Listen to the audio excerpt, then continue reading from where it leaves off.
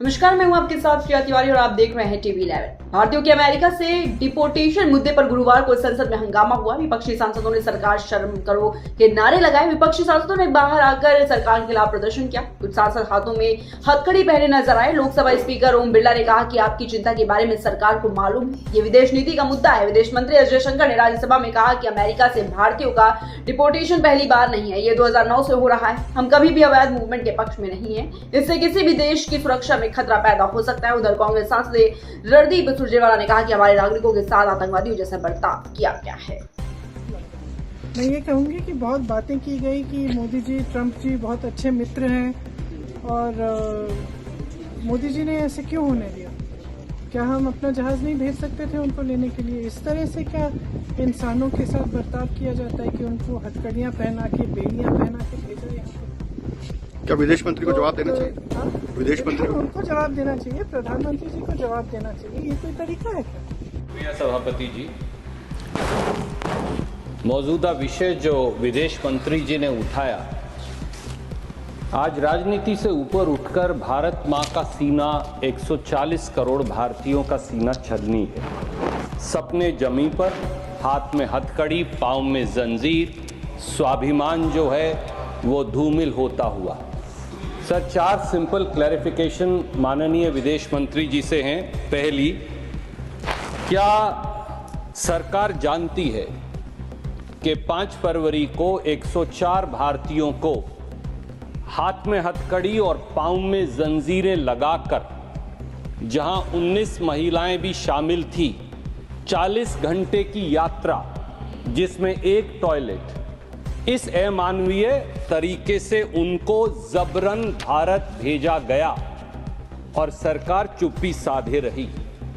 क्या सरकार जानती जिस तरह से देश का युवा कल हथकड़ियों में भारत आया और अमेरिकन आर्मी का जहाज यहाँ कैसे लैंड हो गया, इतनी हिम्मत कैसे हुई अमेरिका की और भारत के युवा को बेइज्जत कर गई यहाँ बेचने की। एक तरफ कोलंबिया का प्रेसिडेंट है जो आंखों में आंखें डाल के अमेरिका को बोल रहा है तुम हिम्मत नहीं तुम्हारी, तुम आर्मी का जहाज कोलंबिया में डालो, अपना जहाज भेजकर युवा को बाइज्जत लाए। तो मोदी जी क्यों डर गए? मोदी जी का इतनी हिम्मत नहीं थी कि देश के युवा के सम्मान के लिए प्रोटेस्ट करते, आंखें दिखाते ट्रंप को कि आप ऐसा नहीं कर सकते। सबसे बड़ी बात, जब वो कल आए तो इतनी हिम्मत भी नहीं कि मीडिया के साथ ही वहां उनसे मिल पाते जितने युवा अमेरिका से आए, हथकड़ियों में आए। अगर मोदी जी डरे नहीं होते तो मीडिया के साथ ही कल उनको मिलने देते, मीडिया के साथी को। लेकिन मोदी जी ने अपने देश के युवाओं के लिए कोई स्टैंड नहीं रखा। पिछले 10 साल से जो बेरोजगारी है उसके कारण डंकी हुई, ये मोदी जी की जिम्मेदारी है। 56 इंच का सीना बताते हैं, वो कहते हैं मोदी जब बोलता है तो पूरा देश सुनता है। वहीं कांग्रेस नेता राहुल गांधी ने गुरुवार को यूनिवर्सिटी ग्रांट्स कमीशन यानी कि यूजीसी के नए मसौदा नियमों का विरोध किया। उन्होंने कहा कि भाजपा देश भर में आरएसएस का एजेंडा चलाना चाहती है। वे एक विचार, एक इतिहास और एक भाषा थोपना चाहते हैं। राहुल ने कहा कि आरएसएस का मकसद देश की अलग अलग संस्कृतियों और इतिहास को खत्म करना है। वे संविधान पर हमला करने अपने विचार को थोपना चाहते हैं। राहुल ने कहा कि राज्य की अपनी भाषा है और संस्कृति और इतिहास है, इन्हीं से मिलाकर भारत बना है। वहीं तमिल लोगों का अपना इतिहास और परंपरा और ऐसे नियम लाना तमिल समेत हर राज्य का अपमान है जहां आरएसएस अपनी हुकूमत चलाना चाहता है।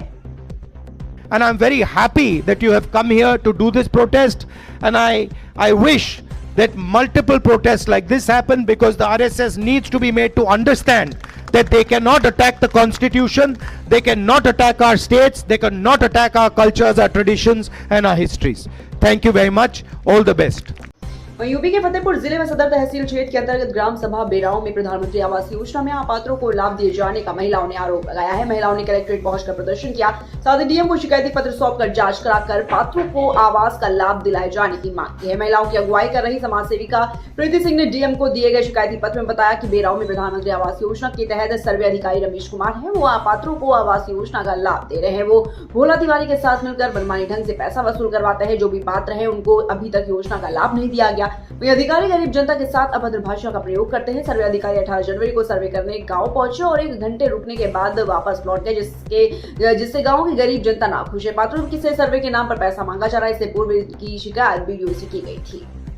गए थे ब्लॉक गाँव में आवास का जो सर्वे हो रहा था, तो सर्वे अधिकारी सही तरीके से जांच नहीं कर रहे थे, तो उसी में हम ब्लॉक गए थे। ब्लॉक में सही तरीके से वीडियो साहब बात भी नहीं की है। फोन में जिसकी रिकॉर्डिंग है मेरे पास, और डीएम साहब के पास गए। डीएम साहब ने कहा कि इसमें जांच करवाते हैं और टीम गठित करते हैं। और वीडियो साहब की जिसमें कि मेरे पास रिकॉर्डिंग है, अभद्रपूर्वक बात करते हैं। कोई भी जाता है तो हमको तो नहीं लगता कि वो किसी का कार्य करेंगे, अपना आपा खो बैठते हैं, जिसमें कि कहते हैं कि मुझको आप नहीं जानते हो कि मैं दूसरे किस्म का आदमी हूँ। इस तरीके जहाँ शिकायत करना हो कर दो, इस तरीके की बात बोलते हैं। और वीडियो साहब हंसुआ वीडियो। और जैसे कि कोई भी हमको ऐसा लगता है कि अगर उनके पास कोई सामने से खड़ा हो बातचीत करे, उनके पास जो भी अस्त्र शस्त्र हो वो प्रहार भी कर दे उस सामने वाले व्यक्ति के ऊपर।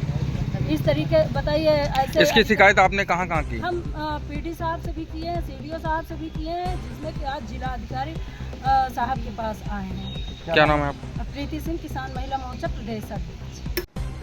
वहीं खबर कानपुर से, जहां पर ई रिक्शा की मनमानी पर कानपुर कमिश्नरेट नगर निगम कानपुर की मदद से लगाम लगाने की तैयारी में है। कानपुर शहर में चल रहे सभी ई रिक्शा को नगर निगम द्वारा निर्धारित सॉफ्टवेयर से QR कोड दिया जाएगा। इसके साथ ही उनका रूट भी निर्धारित किया जाएगा, जिससे कि वो अपने तयशुदा रूट पर ही चल सके और शहर में बेलगाम होकर कहीं न चलते न दिखे। कानपुर ट्रैफिक पुलिस की ADCP अर्चना सिंह ने इस पर विस्तृत जानकारी देते हुए बताया कि नगर निगम अधिकारियों के साथ बैठक कर ये तय किया गया है कि कानपुर शहर में चलने वाले सभी ई रिक्शा को रजिस्टर किया जाएगा। इसके लिए नगर निगम के माध्यम से सॉफ्टवेयर बनाया जा रहा है, जिससे के आमंत्रण की शुरुआत कर दी गई है। सॉफ्टवेयर आ जाने के बाद सभी रिक्शा वालों को पहले आओ और पहले पाओ के आधार पर एक QR कोड और रूट संख्या आवंटित की जाएगी।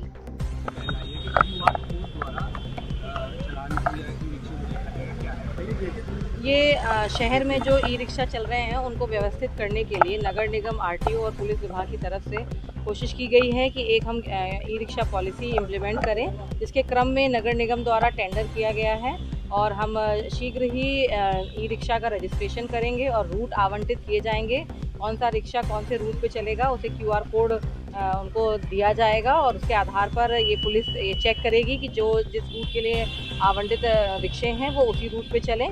तो शीघ्र ही हम लोग नगर निगम और सबके सहयोग से इसको शीघ्र ही लागू करेंगे। मैम कलर कोड भी इसका कुछ रहेगा एरिया वाइज? कलर और नंबर कोड दोनों रहेगा। जो रूट हमारे निर्धारित किए गए हैं और उसमें रजिस्ट्रेशन ई रिक्शा का करा जाएगा। पहले आओ पहले पाओ के आधार पर जो ई रिक्शा हैं उनको उनकी प्रेफरेंस ली जाएगी, जो रूट पे वो चलाना चाहें। पहला हमारा ये रहेगा कि जिधर का जहाँ पे वो लखनऊ के अजगैन थाना क्षेत्र स्थित लखनऊ कानपुर नेशनल हाईवे में एक अनियंत्रित कार खराब खड़ी रोडवेज बस से भिड़ गई और इस हादसे में 2 श्रद्धालुओं की मौत हो गई। घटना की सूचना पर पुलिस मौके पर पहुंची, जिसके बाद पुलिस ने रेस्क्यू कर लोगों को बाहर निकाला और जिला अस्पताल भेजा गया, जहां हादसे में 2 लोगों की मौत हो गई। वहीं 7 से ज्यादा लोग घायल हो गए हैं। आपको बता दें कि एक महिला की हालत गंभीर बताई जा रही है, जिसे जिला अस्पताल से कानपुर के लिए रेफर किया गया है। चंदौली के सकलडीहा थाना क्षेत्र से, जहां पर संदिग्ध परिस्थितियों में फांसी के फंदे से एक युवक का शव लटकता मिला। घटना की सूचना पर पहुंची पुलिस ने शव को कब्जे में लेकर पोस्टमार्टम के लिए भेज दिया है। मृतक का नाम विवेक उपाध्याय बताया जा रहा है, जो कि भवनपुरा गांव का निवासी था। खबर उन्नाव से, जहां पर कानपुर नगर में RTO कार्यालय में हेड क्लर्क पद पर तैनात राम प्रवेश शर्मा की उन्नाव में ट्रेन की चपेट में आने से मौत हो गई। घटना गुरुवार को उस वक्त हुई जब वो अपने लखनऊ स्थित घर से कानपुर ड्यूटी पर जा रहे थे। हादसे के बाद दूसरे यात्रियों ने रेलवे विभाग को जानकारी दी। इसके बाद मौके पर पहुंचकर पुलिस ने शव को पंचनामा भरकर पोस्टमार्टम के लिए भेज दिया। स्थानीय लोगों ने घटना की जानकारी तुरंत पुलिस को दी। वहीं सूचना मिलते ही थाना दही पुलिस ने मौके पर पहुंची और शव को कब्जे में लेकर पोस्टमार्टम के लिए भेज दिया है। खबर उन्नाव से, जहां पर एक दर्दनाक सड़क हादसे में मेडिकल लाइन में कार्यरत 28 वर्षीय युवक की मौत हो गई है। मृतक की पहचान शिवम तिवारी के रूप में हुई है, जो गुड़वा पंचसरिया बीघापुर का निवासी था। घटना उस वक्त हुई जब वो कोर्ट से अपनी कानूनी कार्य को निपटाकर घर लौट रहा था। घटना के बाद स्थानीय लोगों की भीड़ जमा हो गई और सड़क पर लंबा जाम लग गया। सूचना मिलते ही पुलिस टीम मौके पर पहुंची और शव को पोस्टमार्टम के लिए भेज दिया है। पुलिस आरोपी वाहन चालक की पहचान के लिए आसपास लगे CCTV कैमरों की फुटेज की जांच कर रही है। मृतक के परिजनों ने पुलिस को तहरीर देकर दोषी वाहन चालक के खिलाफ कड़ी कार्रवाई की मांग की है। क्या नाम है आपका? मेरा नाम गणेश शंकर शुक्ला। ये कौन थे मृतक आपके? ये हमारे गांव के हैं, पड़ोसी हैं। कहाँ जा रहे थे, कैसे हादसा हुआ? ये उन्नाव आए थे, कहीं इनका मामला था इनकी पत्नी के साथ केसी पर। वहाँ से वापस लौट रहे थे। अज्ञात वाहन ने इन्हें वही अचलगंज से हरहा के लिए जो रोड गया है, ओवर ब्रिज है उस जगह पे, हाईवे का, नेशनल हाईवे का, उसी हाईवे से थोड़ा पहले किसी अज्ञात वाहन ने टक्कर मार दिया। हम लोगों को रात में सूचना मिली, जब हॉस्पिटल आए हम लोग, तब तक इनकी डेथ हो चुकी। मेरे पास भी सूचना है। तो क्या आगे कुछ कार्रवाई चाहते हैं? अब आगे कार्रवाई हम यही चाहते हैं प्रशासन से कि कम से कम इसकी जांच की जाए और ये पता लगाया जाए कि आखिर किसने टक्कर मारी है और उसको कम से कम दंडित किया जाए। परिवार वालों की आर्थिक स्थिति बहुत खराब है, तो सरकार से हमारा अनुरोध है कि कुछ मदद की जाए।